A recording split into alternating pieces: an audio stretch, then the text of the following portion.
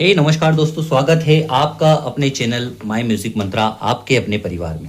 ये है हमारा इंटरव्यू का वीडियो नंबर 3 और इसमें हम बेसिकली जानेंगे साइड ड्रम, बेस ड्रम, इनके पार्ट्स और इनकी हायरार्की, इनका इतिहास पूरा समझेंगे। ए टू जेड कवर करेंगे। जो आपके इंटरव्यू में पूछा जाएगा डायरेक्ट उसकी ही बात की जाएगी। और ये सबके लिए ज़रूरी इसलिए है, आपको समझना होगा। जो मैंने लास्ट वीडियो में बताया था, आपको ब्रास सेक्शन बताया था, एक पाइप सेक्शन बताया, तो आपको पता होगा कि ब्रास सेक्शन के पार्ट में भी बेस ड्रम, साइड ड्रम ये सब इंक्लूड है, क्योंकि ये एक कॉमन रेशियो होता है एक बैंड का। तो आपको जानकारी होना चाहिए, कभी आपसे पूछ सकते हैं। अगर आपको जानकारी नहीं होगी तो आप कल को वही करेंगे कि बिगुल वाले से बोलेंगे सारे जहां से अच्छा बजा के बताओ, है ना। तो ये गड़बड़ ना करो, इसलिए आपको हर इंस्ट्रूमेंट का थोड़ा थोड़ा नॉलेज होना चाहिए। आप दूसरे इंस्ट्रूमेंट के भी हो तो भी मैं आपसे रिक्वेस्ट करूंगा कि आप ये चीज़ देखिए, ताकि आपको नॉलेज रहे, वहाँ इंटरव्यू में अगर पूछ ले तो आप बता सके। तो बिना टाइम वेस्ट किए हम बस स्टार्ट करते हैं। मैं दोनों को कंपैरिजन करके इसलिए आपको बता रहा हूँ, मैं अगर ये चीज़ें आपको लिख लिख के बताता तो समय वेस्ट होता, इसलिए मैं कोशिश ये कर रहा हूँ कि आपका समय वेस्ट ना हो, आप इजीली एक एक चीज़ों को ग्रैब कर सकें। तो मैंने इसलिए कंपैरिजन के साथ में इसको बताया है। अगर आप साइड ड्रम वाले हैं तो अपनी चीज़ों को अच्छे से देखिएगा और प्रॉपरली आप नोट्स बना लीजिएगा। ये मैंने थोड़ा सा जल्दी जल्दी में लिखा है अपनी डॉक्टर राइटिंग में, बट मैं आपको समझाऊंगा प्रॉपर वे में, आप देख लीजिएगा, है ना। उसके बाद आप अपने नोट्स बना लीजिएगा, नोट्स रेडी करके उसको प्रिपेयर कर लीजिएगा। थोड़ा नॉलेज बेस ड्रम वाले को साइड ड्रम का होना चाहिए, साइड ड्रम वाले को बेस ड्रम का होना चाहिए। दोनों भाई भाई है, तो भाई से अगर भाई पहचानने से इनकार करेगा तो फिर ये वो एक्सेप्ट नहीं करेंगे। तो इसलिए दोनों की जानकारी आपको होना चाहिए, इसलिए मैंने इसको कंपैरिजन मोड में करा है। और पीछे मैंने इसको समझा के डायग्राम के साथ भी मैं आपको बताऊंगा कि किस पार्ट्स को क्या बोलते हैं। हाँ, इस वीडियो को देखने के बाद आई कैन अश्योर यू कि आपको बेस ड्रम से रिलेटेड जो भी क्वेश्चंस होंगे, या तो बेस ड्रम को एक्सप्लेनेशन हो, बोल सकते हैं वो आपसे कि आप बेस ड्रम के बारे में 1 मिनट का इंट्रोडक्शन दीजिए। आपके बारे में नहीं पूछेंगे, क्योंकि आपका जो इंस्ट्रूमेंट है उसके बारे में पूछ लेंगे तो आपके पास बोलने के लिए कुछ नहीं होगा। तो आप इधर उधर ऊपर ताकेंगे और वो आपको बोल देंगे ठीक है, हो गया इंटरव्यू, जाइए। तो हमको ये बात ध्यान में रखनी है कि हम हमारे इंस्ट्रूमेंट से रिगार्डिंग कम से कम 1 मिनट अच्छे से बोल सके, और वो भी नॉलेजेबल थिंग जो एक्चुअल में है। वरना आप ये बोलोगे कि ये रोट होती है, ये ऐसा होता है, ये बोल्ट होते हैं, ऐसी भाषा वो एक्सेप्ट नहीं करेंगे। उनको चाहिए पूरी ऑथेंटिक भाषा जो प्रोटोकॉल के अकॉर्डिंग दी गई है इस बैंड को। जैसे कि इसको रोड्स बोलते हैं, इसको हुप्स बोलते हैं, तो हुप्स बोलते हैं भाई, उसको ऐसा नहीं बोलते कि आप ये बोल देंगे कि इससे ये दबा रहता है, ऐसा नहीं चलेगा, है ना। क्योंकि अब वहाँ इंटरव्यू है, अब उनको टेक्निकल उसकी जो भाषा है वही वो एक्सेप्ट करेंगे। स्टार्ट करते हैं, बहुत लंबा समय ले लिया हमने। अब मैं दोनों को साइड बाय पैरेलली बताऊंगा, आप देखते जाइएगा, आराम से एक कहानी की तरह सुनिएगा। और जब आप कहानी सुन ले, आपको समझ में आ जाए, उसके बाद कॉपी पेन लेकर बैठिएगा, वापस से वीडियो देखिएगा, पॉज कर करके चीजें लिखकर नोट्स बना लेना, है ना। अब हम सबसे बात करते हैं, सबसे पहले बेस ड्रम की बात करते हैं। तो बेस ड्रम का ओरिजिन यानी कि बेस ड्रम की उत्पत्ति। तो बेस ड्रम की उत्पत्ति कहां से हुई है, तो आपको पता होना चाहिए कि बेस ड्रम की उत्पत्ति तुर्क से स्टार्ट हुई है, और फिर मध्य पूर्व का जो संगीत परंपरा है वहां होती हुई, वहां पे मध्य पूर्व की जो संगीत परंपरा है वहां पे हमने बेस ड्रम को किस फॉर्म में देखा है, एक विशाल युद्ध ढोल के रूप में इसको देखा गया था, ठीक है। और फिर उसके बाद क्या हुआ, पश्चिमी संगीत के इतिहास में 18वीं शताब्दी के लगभग में, 18वीं शताब्दी के अंत में क्या हुआ कि फ्रांस से होता हुआ जर्मन से ब्रिटेन में पाया गया, ब्रिटेन के बाद ऑस्ट्रिया में पाया गया। ऑस्ट्रिया के जो सैन्य शास्त्री जो समारोह होते, वहां पर व्यापक प्रचार प्रसार में इसका काफी यूज हुआ, जिसकी वजह से हम इसको जाना जाता है। तो ये है साइड ड्रम का इतिहास। उसके बाद भारत में इसकी एंट्री कैसे हुई, तो भारत में आप मुझे कमेंट्स बॉक्स में ये भी बताइएगा। मैं अगर जल्दी जल्दी बोल रहा हूँ समय बचाने के लिए, तो ये आपके लिए ज़्यादा जल्दी तो नहीं हो रहा, मैं अपने वही फॉर्मल वे में बोलूँ धीरे, या फिर मैं इसी तरीके से जल्दी वीडियो बनाऊँ, आप मुझे बताइएगा। मेरे बोलने का तरीका कहीं फास्ट तो नहीं हो रहा है, क्योंकि मुझे लगता है कहीं ना कहीं मैं थोड़ा स्लो बोलता हूँ, जिसकी वजह से आपका टाइम थोड़ा कंज्यूम ज़्यादा हो जाता है। इस वजह से मैं थोड़ा सा फास्ट इस बार मैंने ट्राई किया है। और मैं आपसे चाहूँगा कि आपके वैल्यूएबल फीडबैक आप कमेंट बॉक्स में बताएं, आपको कैसा लगा समझाने का तरीका। ज़्यादा जल्दी तो नहीं हुआ, आप समझ तो रहे हैं ना प्रॉपर, मतलब मैं जानना चाहता हूँ ये चीज़। तो क्या हुआ, इसका व्यापक प्रचार प्रसार ऑस्ट्रिया में सैन्य शास्त्री समारोह से हुआ। और भारत में इसकी एंट्री कब हुई, तो भारत में ब्रिटिश शासनकाल के दौरान सैन्य बैंड और सेना पुलिस बैंड और ब्रास बैंड के जरिए इसकी भारत में एंट्री हुई। हम बेसिकली इसको 3 चरणों में देखेंगे। अगर वो पूछे कि आप अपने बेस ड्रम का इतिहास जानते हैं, बताए उसके बारे में कुछ, तो आप बता सकते हैं कि पहले चरण में, 3 चरणों में हमने आपको डिवाइड किया। तो पहले चरण में युद्ध ड्रम के नाम से इसको जाना जाता था।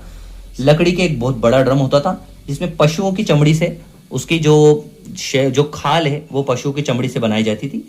उसके बाद पूरी तरह से ये हाथ हैंडमेड होता था, ठीक है, मशीनों से नहीं बनाया जाता था, क्योंकि वो बोल सकते हैं ना कि वो काफी प्राचीन काल था, है ना। द्वितीय जो चरण था, द्वितीय चरण यानी कि दूसरा चरण, जो इसको हम बोलते हैं अधिक अधिक मजबूत, मतलब इसमें क्या हुआ कि द्वितीय चरण जो था अपने, जिसमें जो लकड़ी का बनता था, इसको थोड़ा सा अधिक मजबूत बनाया गया और थोड़ा सा टिकाऊ, जिसको हम ड्यूरेबल बोल सकते हैं, एक टिकाऊ सामग्री इसमें यूज की गई, जिसको हम बोलते हैं, क्या बोलेंगे, सिंथेटिक ड्रम हेड का यूज किया गया, जो कि बहुत एक तरीके से ड्रम को एक संतुलन भी बनाए रखता था, वरना लकड़ी का थोड़ा सा आड़ा टेढ़ा शेप होता था, ड्रम उधर उधर जाता था। संतुलन के लिए भी सिंथेटिक ड्रम का हेड का इसमें यूज किया गया और ये काफी टिकाऊ माना जाता था। इसमें थोड़ा वेट भी इसका हल्का हो गया था उस समय ना। जैसे जैसे जब सबसे पहले जो चरण था उसमें काफी भारी हुआ करता था, बहुत सारे लोग इसको मिलकर उठाते थे और फिर बजाया जाता था, युद्ध का अनाउंसमेंट किया जाता था। बट इसके बाद ऐसा होने लगा कि थोड़ा सा हल्का हो गया है, तो फिर इसमें 2-4 लोग ही लगने लगे। अब क्योंकि आधुनिक काल में आपको पता है एक ही व्यक्ति अपने इसको टांगता है कंधे पे और लेकर चल देता है परेड में, तो आधुनिक काल में क्या हो गया कि मैपल वुड का यूज किया जाने लगा। मैपल वुड ये अमेरिकन वुड होती है, मैपल वुड, बिर्च वुड, है ना, ये थोड़े से नाम है। और ये जो होती है कार्बन फाइबर का इसमें यूज किया जाने लगा, ताकि पानी वानी से किसी भी चीज से ये खराब ना हो, तो आधुनिक सामग्री का इसमें यूज किया जाने लगा। अब हम बात करते हैं, ये हमारा हो गया पूरा हिस्ट्री, ओरिजिन की बात हो चुकी है बेस ड्रम की। साइड ड्रम की ओरिजिन की बात कर लेते हैं शॉर्ट में। साइड ड्रम वाले देखेंगे, इसका कहां से हुआ, मध्यकाल से माना जाता है। यूरोप की जो सैन्य युद्ध थे, यूरोप में जो सैन्य युद्ध थे वहां पर इसको पाया गया। और शुरुआत में क्या होता था कि मैदान में जो सैनिक है उनको निर्देश देने के लिए इसका यूज होता था कि ठक ठक ठक 3 बीट बजाई तो क्या करना है, 2 बीट बजाई तो क्या करना है, इसलिए निर्देश के लिए, मार्चिंग के लिए। और मार्चिंग में मतलब जो मूल उपयोग इसका किया जाता था, चलने में, भागने में, इसके लिए जब भागने का संकेत तो इसके विरुद्ध दिया जाता था, है ना। उसके बाद क्या होता था, दुश्मनों में खौफ पैदा करने के लिए, जब इसे जैसे ही बजता था तो दुश्मनों में खौफ की भावना पैदा होती थी कि नहीं यार हमारा राजा आ गया या ऐसा आ गया, तो इसलिए इसका यूज किया जाता था। और भारत में इसकी भी एंट्री ब्रिटिश काल शासन से हुई है। बाकी सब सेम चीज है। अगर हम इसको 3 पार्ट में डिवाइड करें, मैं आपको 3 चरण में बताऊं, तो सबसे पहले लकड़ी और पीतल का होता था, काफी भारी होता था, और जानवरों की खाल और आंत इसमें यूज होती थी, आंत भी इसमें यूज होती थी। साइड ड्रम वाले ध्यान देंगे, आंत जिसको हम बोल सकते हैं गट स्नेयर्स। अगर वो बोले कि गट स्नेयर्स क्या होती है तो आप कंफ्यूज मत हो जाना, आप बताना कि जानवरों की आंत से जो जालियां बनाई जाती थी स्नेयर्स की, उनको हम बोलते थे गट स्नेयर्स, ठीक है। उसके बाद क्या होता है कि सेकंड में जो दूसरे चरण में ये मेटल और स्टील का बनाने जाने लगा, ब्रास का भी बनाया जाने लगा, और लाइट वुड इसमें यूज, प्लाईवुड का यूज किया जाने लगा इसमें। सेकंड उसमें सिंथेटिक ड्रम हेड्स इसमें यूज किए जाने लगे, और ये थ्रो ऑफ सिस्टम का इसमें टिकाऊ यूज किया जाने लगा, ताकि आप फेंक भी दो तो भी ये चलता रहे, मतलब ऐसा नहीं फेंकने पे टूट जाए, तो थ्रो ऑफ सिस्टम भी इसमें यूज किया जाने लगा। आधुनिक काल में हम जानते हैं कि इसमें हाई टेंशन जो सिमेट्रिकल जो चैम्बर्स होते हैं वो उनका यूज किया जाता है, जो आपने देखे होंगे, अभी आप वादन टेस्ट में गए होंगे तो कितने हाई टेंशन उनमें चैम्बर्स लगे हुए थे, कितने कंफर्टेबल है ना। और कार्बन फाइबर उसमें था जो व्हाइट कलर का था, केवलर हेड्स आपने देखी होगी, पूरी व्हाइट होती है ना, और ये बहुत तेज और स्पष्ट बीट देने के लिए सक्षम होती हैं ये चीज। तो मुझे लगता है ये आपको यहाँ पे इतिहास और ओरिजिन क्लियर हो गया होगा। कुछ क्वेश्चन ऐसे होते हैं जो आपसे पूछ सकते हैं, जैसे कि आप सूरज आपसे अगर पूछ लिया कि रिम शॉट क्या होता है साइड ड्रम में, तो आप नहीं बता पाओगे, है ना। आपसे पूछ लिया कि भैया साइड ड्रम में ओपन रोल क्या होता है, क्लोज रोल क्या होता है, तो कुछ चीजें ऐसी भी मैं बीच में बताऊंगा जो आपके लिए काफी हेल्पफुल है और इंटरव्यूअर कभी भी पूछ सकता है। वीडियो की एक एक चीज इंपॉर्टेंट है, आपको बिना स्किप किए देखना है। अगर आप में पेशेंस है तो आप उस वर्दी के हकदार हैं, अगर आप में पेशेंस नहीं है तो जरूरत है खुद से ये पूछने की कि वास्तव में हम धैर्य के साथ इस वर्दी के लायक बन रहे हैं, हम सीख रहे हैं। आप समझिए लोग कितना पढ़ते हैं, आपको 2, 3, 8, 10 चीजें अगर अच्छी पढ़नी है तो आप उसमें भी अगर आगे पीछे कर रहे हैं तो आप समझिए आपका जो पेशेंस लेवल है वो कितना कम है ना। तो आप एक ऑफिसर, आप एक पुलिस कांस्टेबल भी बनेंगे, आप एक ऑफिसर बनेंगे, है ना, आपसे सर सर बोलेंगे लोग, 10 लोग, तो आपको उसकी मर्यादा तो रखनी पड़ेगी ना, थोड़ा सा पढ़ाई करना है, लिखना है और समझना है। आगे बढ़ते हैं। अब देखिए रोल और इम्पोर्टेंस में आ जाते हैं, बेस ड्रम के रोल ऑफ इम्पोर्टेंस में आ जाते हैं, भूमिका और महत्व की बात कर लेंगे हम। अब क्या होता है, सबसे पहले जो बेस ड्रम है, यहाँ बेस ड्रम है, यहाँ साइड ड्रम है, ये मैंने लिखा इसलिए ताकि मैं आपको शो ऑफ करके बता सकूं। अब बेस ड्रम को क्या बोलता है, बैंड की धड़कन कहा जाता है, ये आपको पता होना चाहिए। ताल का आधार भी इसको कहते हैं। ताल का आधार कैसे कहेंगे, अगर ऐसा होगा धागे न तिनक धिन धागे न, तो आप देखेंगे कि धागे न तिनक धिन तो पूरी ताल है, पर ये आधार आधार पे बज रहा है, 8 मात्रा पे 2 बज रहा है, तो ताल का आधार फिक्स करता है बेस ड्रम, ठीक है। और उद्देश्य क्या होता है, पूरे बैंड को एक निश्चित लय, ताल, बाहरी वातावरण की ध्वनि को प्रभावशाली बनाना और अनुशासित प्रस्तुति सुनिश्चित करना। ये क्या बात हुई भैया कि पूरे बैंड को एक निश्चित लय, जो बेस ड्रम चलता है उसकी लय पर पूरा जो हमारा जो पूरा वो सारे जितने भी बटालियंस होते हैं, जितने भी जो पुलिस वाले एक साथ होते हैं, सब एक साथ उसकी लय पर, एक निश्चित लय पर चलते हैं। और बाहरी वातावरण यानी कि जैसे कि परेड हो रही है 15 अगस्त में, कहीं भी परेड ग्राउंड में हो रही है, कहीं भी हो रही है, तो वातावरण में कितने सारे लोग देखने आते हैं, तो कितनी ध्वनि वहाँ पे होती होगी। तो उस बाहरी वातावरण के अकॉर्डिंग इसको बनाया जाता है और ये काफ़ी प्रभावशाली होता है। अगर हजारों लोग भी बात कर रहे हैं ना और वहाँ बेस ड्रम का एक धम्म बजा दिया तो वो डायरेक्ट कट से असर करेगा आपके कान पे। तो ये इसकी अनुशासित प्रस्तुति सुनिश्चित करना बेस ड्रम का काम होता है। और दृश्य प्रभाव क्या पड़ता है देखने वाले का, तो याद रखना मार्चिंग में आकर्षक का जो मुख्य केंद्र होता है वो बेस ड्रम ही होता है। अब जब भी आपके सामने से मार्चिंग निकल के जाएगी तो आप बेस ड्रम वाले को एकदम से आपकी नज़र बेस ड्रम में जाएगी, क्योंकि बीचों बीच रहेगा इतना बड़ा। और बेस ड्रम वाले को याद रखिए बहुत स्टेमिना चाहिए। एक 8 से 10 किलो का बेस ड्रम उठाकर मार्चिंग करना अपने आप में बहुत बड़ी बात है। मैं सैल्यूट करता हूँ उनको जिन्होंने बेस ड्रम में क्वालिफाई किया है और जो इतनी बड़ी जिसको बोल सकते हैं रेस्पॉन्सिबिलिटी लेने के लिए अपने कंधे पे तैयार है। सोचिए उनका स्टेमिना, और उनको वास्तव में सॉल्यूट है ऐसे जवानों को। आगे बढ़ते हैं। अब यहाँ पे मैं आप बात कर लेता हूँ साइड ड्रम की। तो साइड ड्रम की भूमिका और महत्व की जब हम बात करेंगे तो एक बात याद रखना कि इसको क्या बोलता है, बैंड की घड़ी कहा जाता है। जैसे कि एक पर्टिकुलर टिक टिक टिक टिक टिक टिक टिक टिक घड़ी चलती है ना, टिक टिक टिक, तो ये मुख्य रिदम का काम करता है। टिक टिक टिक, अगर मैंने बोला धागे ना तिनक दिन तो ये पूरा ही देगा, धागे ना तिनक दिन धागे, तो ये पूरी बीट का तो मुख्य रिदम इसको हम बोल सकते हैं। और इसको क्या बोलेंगे, ताल का आधार बोलेंगे। और आपको दिख रहा होगा दोनों, हाँ हाँ दिख रहा है, ठीक है। उसके बाद क्या होगा, पूरे बैंड में इसकी टिक टिक चलती रहती है, ये आपको पता होना चाहिए, है ना। उसका उद्देश्य क्या होता है, तेज और स्पष्ट क्रिस्प बीट देना इसका मुख्य उद्देश्य होता है। मुख्य उद्देश्य इसका यही होता है कि ये क्रिस्प बीट को प्रदान करे ताकि वो कानों को सुनने में अच्छा लगे। परेड में सैनिक कदम से कदम मिलाकर और रफ्तार तय करना, ये पूरा बैंड के डिसिप्लिन को मेंटेन करता है। ये किसका काम है, साइड ड्रम का ही काम है। साइड ड्रम में इतनी सी बात ध्यान रखिएगा कि जब आपसे पूछ ले कि रिम शॉट क्या होता है, तो एक बात मैं आपको बता दूं, जैसे ये स्टिक है ना, स्टिक को जब आप इसकी जो नोक है इसको जब आप उसके ऊपर जो बैटर हेड पे मारोगे और बैटर हेड के साथ जो रिम है, रिम ये इसका हाफ जो पार्ट होगा वो उसके रिम जो होती है साइड में, उस रिम से टकराएगा तेज और ये टकराएगा टॉप। तो ये टॉप और ये दोनों आधा पार्ट, ये जब रिम से टकरा के जो चट आवाज आती है ना उसको हम बोलते हैं रिम शॉट। ये भी बताना आपको जरूरी पता होना चाहिए, है ना। तो ये आपको बहुत अच्छे से पता होना चाहिए। और जो साइड ड्रम जो हम टांगते हैं गले में तो उसको क्या बोलते हैं, स्लिंग बेल्ट बोला जाता है उसको, ठीक है ना। उसको हार्नेस बेल्ट भी बोला जाता है ना। क्योंकि क्या होता है कि मार्चिंग के दौरान जो ड्रम होता है वो क्या होता है, कमर पे थोड़ा कसना पड़ता है उसको। कमर पे कसने के थोड़ा सा कमर से थोड़ी सी नीचे की तरफ राइट हैंड साइड, मतलब दाहिनी ओर आपको जांग के पास उसको रखना होता है, हल्का सा तिरछा सेट करके।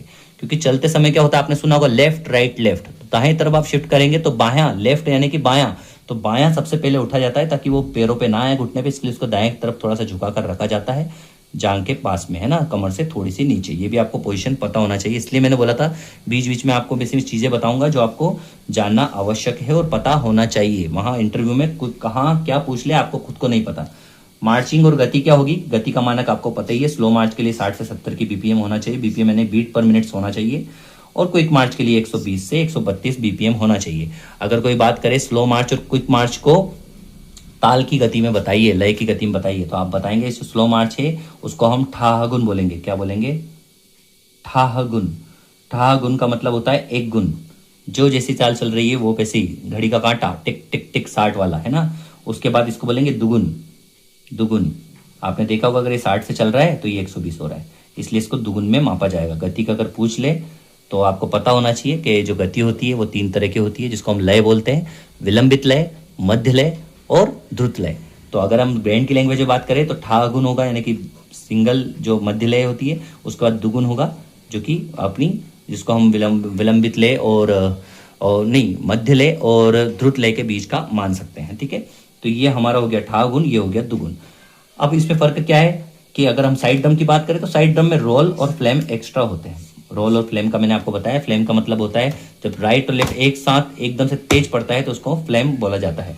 रोल का आपको पता है, रोल किस तरह के होते हैं, सिंगल रोल होते हैं, डबल रोल होते हैं, पैराडाइडल रोल होते हैं, ओपन रोल होता है, क्लोज रोल होता है। अब आपको ओपन रोल के बारे में पता नहीं होगा तो मैं आपको बता देता हूँ। ओपन रोल वह होता है कि ओपन रोल में क्या होता है, जैसे डबल रोल है, अब ये जैसे कि डबल रोल चलता है, डबल रोल क्या होता है, जैसे ये 1 में 2, तो जब ये डबल रोल तेज बजता है, ठीक है, डबल डबल करके। अभी मैं यहाँ प्रैक्टिकल नहीं बता रहा हूँ, बट आपको समझा रहा हूँ कि डबल रोल जब तेज बजता है तो उसको हम ओपन रोल बोलते हैं। और क्लोज रोल किसको बोलते हैं? जब जो स्किन होती है, स्किन में बिल्कुल दबाकर, स्किन में बिल्कुल दबाकर, पर्दे से बिल्कुल प्रेस करके थोड़ा दबाकर जब हल्का सा रोल बनाया जाता है बिल्कुल तेज। आपने देखा होगा जब नेशनल सैल्यूट होता है, जब भी परेड में आप गए हो तो नेशनल सैल्यूट होता है तो एकदम से बजी बजी रोल आता है, बिल्कुल झनकार टाइप का, बिल्कुल हल्की पतली आवाज में रोल दिया जाता है नेशनल सैल्यूट के लिए। तो उस रोल को हम क्या बोलेंगे? क्लोज रोल बोलेंगे। आपसे पूछ सकते हैं क्लोज रोल और ओपन रोल क्या होता है।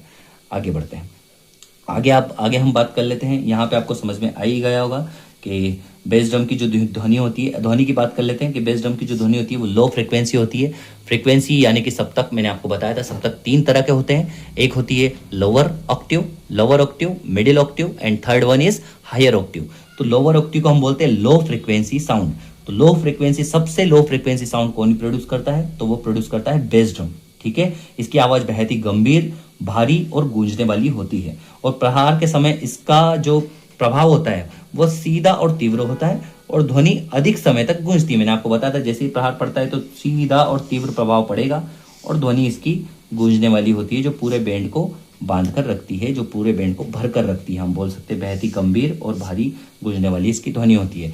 इसकी ध्वनि क्या होती है? हायर ऑक्टेव होता है। हायर फ्रिक्वेंसी साउंड में ट्यून किया जाता है और उसका साउंड क्रिस्पी होता है। आपको पता होना चाहिए कि जो आकार, अब हम आकार की बात करेंगे तो बेस ड्रम का जो सभी ड्रम होते हैं, सभी ड्रम कौन कौन से? साइड ड्रम, टेनर ड्रम में सबसे बड़ा जो ड्रम होता है वो बेस ड्रम ही होता है। आपको पता होगा पिच इसकी सबसे कम होती है, गहरी और भारी प्रकृति होती है पिच की। मैलेट का प्रयोग किया जाता है हाथे पकड़ने के लिए। इसका डायमीटर व्यास का आपको पता होना चाहिए। इसका डायमीटर कितना होता है? 28 इंच। और गहराई यानी कि डेप्थ कितनी होती है इसकी? 14 इंच होती है। वहीं आकार की हम बात करें साइड ड्रम में तो साइड ड्रम का डायमीटर होता है 14 इंच और इसकी डेप्थ होती है 12 इंच। आप बोलेंगे सर इसकी डेप्थ 12 इंच होती है और इसकी 14 इंच होती है, तो बहुत बड़ा दिखता है। मैं मोटे की बात कर रहा हूँ, डेप्थ की। तो डेप्थ का याद रखना कि ये 12 इंच का होता है और ये 14 इंच का होता है। ये 28 का होता है और ये 14 का होता है, ये 28 का होता है। इतनी सी बात आपको ध्यान रखनी है। आपने जो साइड ड्रम देखे हैं स्कूल्स में वगैरह में या ऑर्केस्ट्रा में देखे हैं 5.5 से 6.5 इंच के, वो स्कूल्स और ऑर्केस्ट्रा में यूज होते हैं, वो पुलिस बैंड में यूज नहीं किए जाते। ये आपको पता होना चाहिए। अब सबसे इम्पोर्टेंट पॉइंट जो आपको मैंने बताया हुआ था कि मैचिंग ग्रिप होता है और एक ट्रेडिशनल ग्रिप होता है। ट्रेडिशनल ग्रिप में क्या होता है? अंगूठे और उंगलियों के बीच में बाएं हाथ में फंसाया जाता है उंगली को और बाकी सीधा हाथ को मैचिंग ग्रिप के अकॉर्डिंग ही रखा जाता है। ये भी आपको पता होना चाहिए साइड ड्रम वालों को। और बेस ड्रम में ऐसा कुछ नहीं है तो उनको जानने की ज़रूरत नहीं है। सबसे important point side drum, base drum सभी के लिए वो है एरिया ऑफ डिप्लॉयमेंट्स, यानी कि प्रमुख उपयोग के क्षेत्र। साइड ड्रम, बेस ड्रम, इनको प्रमुख उपयोग, सबसे ज़्यादा उपयोग इनका कहाँ किया जाता है, इसमें बात करेंगे। और ये इतना इंपॉर्टेंट पॉइंट है, आप समझ भी नहीं सकते, इससे जरूर क्वेश्चन आपसे पूछ सकते हैं वो, है ना। तो इसके बारे में आपको पता होना चाहिए। मैंने आपको जो साइड ड्रम वालों को बताया सिंगल रोल क्या होता है, डबल रोल क्या होता है ना। सिंगल रोल में left right left right, double roll में right right left left right right left, paradiddle में right right left right left left right left right left. Double double आता है जो चेंज करने के लिए होता है, एक हाथ का प्रेशर दूसरा हाथ में चेंज करने के लिए। ये कुछ छोटी छोटी बातें जो आपको पता होना चाहिए। उसके बाद आपको पता होना चाहिए कि एरिया ऑफ डिप्लॉयमेंट्स जो होते हैं वो एरिया ऑफ डिप्लॉयमेंट्स दोनों के लिए लागू होंगे, साइड ड्रम और बेस ड्रम दोनों के लिए। तो एरिया ऑफ डिप्लॉयमेंट्स की अगर बात करें तो 4 तरह के एरिया ऑफ डिप्लॉयमेंट्स होते हैं। पहले तो पुलिस परेड में इसका यूज होता है, दूसरा सैन्य समारोह में यूज होता है, और तीसरा राजकीय जो समारोह होते हैं उनमें यूज होता है, चौथा सांस्कृतिक समारोह जो होते हैं उनमें यूज होता है। अब हम बात करेंगे पुलिस परेड। तो पुलिस परेड में कौन कौन से आते हैं? एक तो गणतंत्र दिवस आता है जिसको हम रिपब्लिक डे बोलते हैं, 26 जनवरी बोलते हैं। 26 जनवरी 1950 को कॉन्स्टिट्यूशन की स्थापना हुई थी, कॉन्स्टिट्यूशन बना था, इसलिए हम 26 जनवरी को सेलिब्रेट करते हैं। ये पता होना चाहिए, वरना पता पड़े आपको पता ही नहीं, आप बोलोगे देश आज़ाद हुआ था। तो देश आज़ाद, स्वतंत्रता दिवस यानी कि इंडिपेंडेंस डे 15 अगस्त 1947 को अगस्त में आज़ाद हुआ था। तो इसलिए हम स्वतंत्रता यानी कि आज़ादी, इंडिपेंडेंट, तो इसलिए हम उसको बनाते थे। और यहाँ गणतंत्र दिवस यानी कि रिपब्लिक डे, जब हमारा संविधान की नींव रखी गई थी 1950 में ये चीज़ हुई थी। पुलिस स्थापना दिवस का आपको पता होना चाहिए। पुलिस स्थापना दिवस 17 सितंबर को बनाया जाता है, ये आपको पता होना चाहिए, ये भी इंपॉर्टेंट चीज है, ठीक है। 17 सितंबर। मध्य प्रदेश स्थापना दिवस पूछ ले तो आपको पता होना चाहिए 1 नवंबर 1956 को मध्य प्रदेश स्थापना दिवस बनाया जाता है। अगर पुलिस कमेमोरेशंस जो एक डे होता है जिसको हम बोलते हैं पुलिस कमेमोरेशन डे होता है, जिसको ऑल इंडिया में सेलिब्रेट किया जाता है, वो 21 अक्टूबर 1959 को सेलिब्रेट किया जाता है। ठीक है, ये एमपी का मैंने आपको बता दिया। मध्य प्रदेश का गठन जो 1 नवंबर 1956 को हमारे मध्य प्रदेश के स्थापना दिवस मनाया जाता है। ठीक है, इसको हम बोल सकते हैं पुलिस स्मृति दिवस।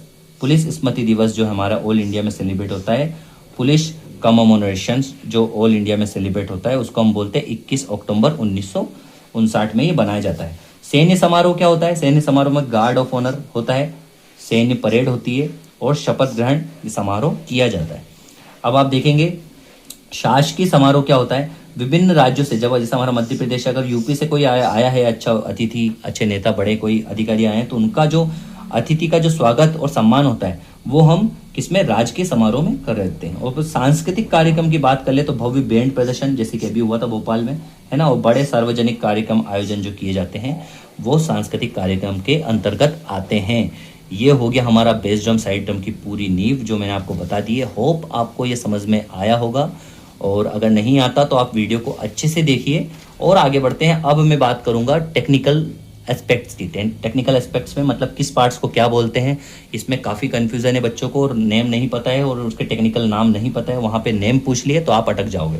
तो साइड ड्रम बेस ड्रम दोनों का बताऊंगा पैरेलली, ताकि आप कंपेरिजन कर सके और देख सकें। ठीक है, मैंने इसमें बिगुल इसलिए ऐड नहीं किया है क्योंकि बिगुल का रेस्पॉन्स भी कम थे, वो बच्चे हैं नहीं इतने, 1-2 बच्चे हैं, तो उनके लिए वीडियो बना दूंगा मैं। बट बाकी और फिर ज़्यादा घोष पोष रहता है। साइड ड्रम और बेस ड्रम को हम साथ में पैरेलली लेके चल सकते हैं क्योंकि दोनों एक ही कैटेगरी के इंस्ट्रूमेंट्स हैं। आगे बढ़ते हैं। अगर आपको वास्तव में आप चाहते हैं तो आपकी एकता दिखानी होगी ताकि मुझे भी समझ में आए, ताकि मैं स्टडी करूँ उस विषय में, तो मुझे लगे कि नहीं आप लोग रेस्पॉन्स दे रहे हैं। ठीक है, आगे बढ़ते हैं। अब बेस ड्रम वाले, क्योंकि बेस ड्रम साइड ड्रम वाले काफ़ी रेस्पॉन्स दे रहे हैं और उनको उस लेवल की वो मेहनत भी कर रहे हैं। और मैंने जो लास्ट वीडियो डाली थी, इसको बताने से पहले थोड़ा सा एक बात बोलना चाहूँगा कि अगर आपको वीडियो समझ में आ रही है तो चैनल को सपोर्ट करिए, चैनल को सब्सक्राइब करिए। देख लीजिए, अगर आपने सब्सक्राइब नहीं किया है तो आपकी ड्यूटी बनती है, मॉरल ड्यूटी, है ना। एज ए कैंडिडेट्स अगर आपसे कुछ ग्रहण कर रहे हैं, कुछ सीख रहे हैं, तो आपकी मॉरल ड्यूटी है एक नागरिक होने के नाते कि यार भैया, एक जिम्मेदार नागरिक होने के नाते कि अगर हमें कुछ वैल्यूएबल मिल रहा है तो हम एटलीस्ट थोड़ा सा मोटिवेट करें सर को। फ्री ऑफ कॉस्ट है, सब्सक्रिप्शन आप दे सकते हैं, देना चाहे तो, है ना। आगे बढ़ते हैं। अब साइड ड्रम और बेस ड्रम के पार्ट्स की जब बात करेंगे तो सबसे पहली चीज़ पूछी जाती है डायमीटर। डायमीटर बेस ड्रम का याद रखिएगा कि 20 इंच से लेकर 28-30 इंच तक भी होता है। 28 इंच कॉमन माना जाता है जो पुलिस में यूज़ किया जाता है, और पुलिस बैंड में 24/12 का भी यूज़ किया जाए। 24/12, ये जो 12 है ना, ये D/D है, यानी कि डायमेंशन और डेप्थ। तो डायमेंशन क्या है? 24 और डेप्थ है 12। उसके बाद 26 और 14 का भी यूज़ किया जाता है। मोस्ट ऑफ द टाइम आप देखेंगे तो 24/12 और 26/14 का डायमेंशन और डेप्थ आपको मिलेगी। ठीक है, तो ये सारी चीज़ें, और गहराई जो होती है 10 से 16 तक होती है, यानी कि डेप्थ जो है 10 से 16 तक होती है। ये आपको जानना ज़रूरी है, सबसे पहले पार्ट तो ये जानना ज़रूरी है। उसके बाद क्या है, ये जो लकड़ी का यहाँ बना हुआ है जिसको हम बोलते हैं मैपल का होता है या ब्रिज का होता है, तो ये जो होती है इसको हम बोलते हैं, क्या बोलते हैं इसको? शेल बोलते हैं। ठीक है, ये बॉडी होती है शेल, ये मैपल की होती है या ब्रिज की होती है। ठीक है, उसके बाद जो फ्रंट वाला होता है जहाँ पे हम बजाते हैं, ठीक है, उसको हम बोलते हैं बैटर हेड। इसको प्लेयर साइड भी बोलते हैं और पीटने वाला भी बोलते हैं। बहुत बार बोलते हैं पीटने वाला पार्ट कौन सा है, तो आपको बताना पड़ेगा ये, क्योंकि पीटने वाला तो इसको बोलेंगे, तो पीछे लोग क्या बोलेंगे? सामने वाला।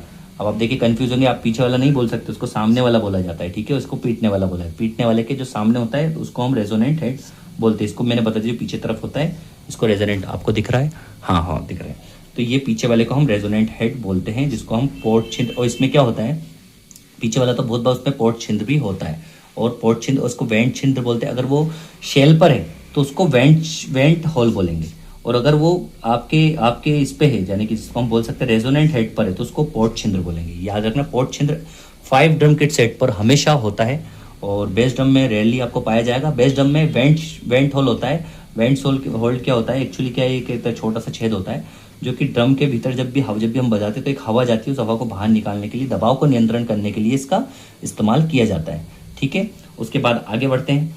आगे क्या होता है, आप देखेंगे कि आप लक्स यानी कि टेंसल केसिंग, जिसमें और टेंशन रोड्स कसी जाती है। तो एक आप देखेंगे इस टाइप के लंग्स होते हैं। लंग्स का मतलब क्या होता है, जिस पर टेंशन रोड्स कसी जाती है। इस टाइप के ऐसे रहेंगे, यूं करके लंग्स जिनमें टेंशन रोड्स कसी जाती है ना, वो ऐसे बने रहेंगे। आप देखेंगे जब बेस ड्रम को अच्छे से देखेंगे तो इस टाइप के बनेंगे, जिनके ऊपर टेंशन रोड्स यानी कि ये जो ट्यूनिंग कीज होती है ये चढ़ी जाती है, उनको हम बोलते हैं लंग्स।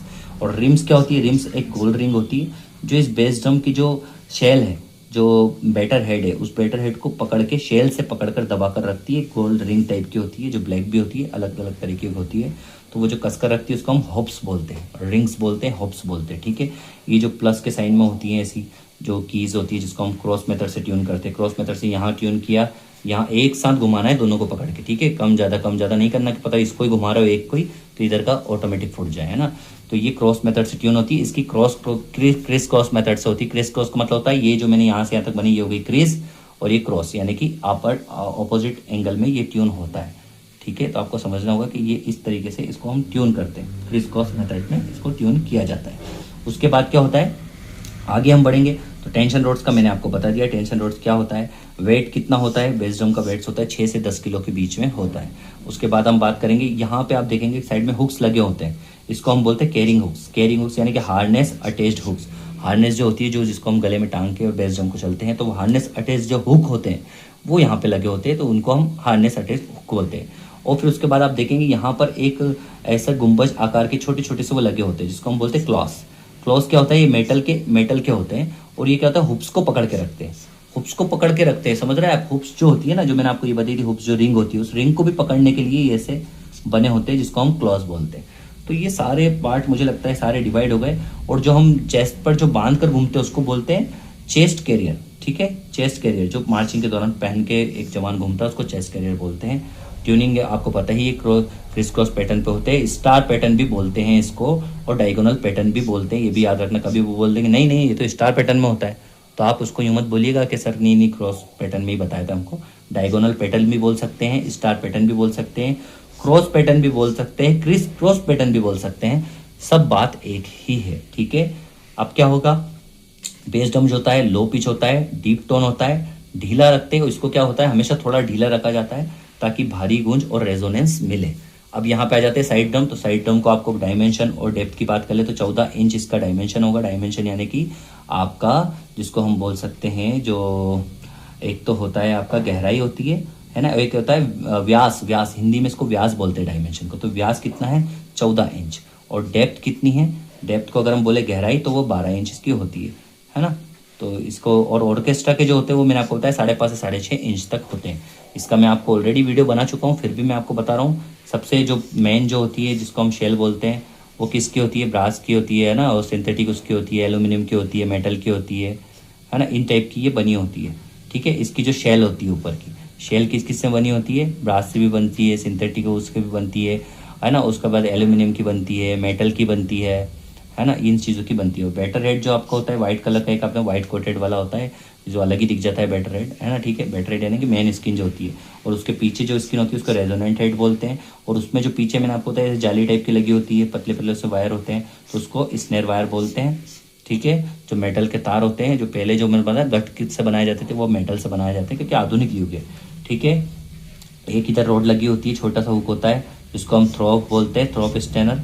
उसको अगर आप ऊपर करेंगे तो वो सटा जाएगा, मतलब उससे चिपक जाएगा, जिसको बोलते हैं ये स्नेर वायर होते हैं, ये चिपक जाएंगे यानी कि ये बुज साउंड और अच्छा करेंगे।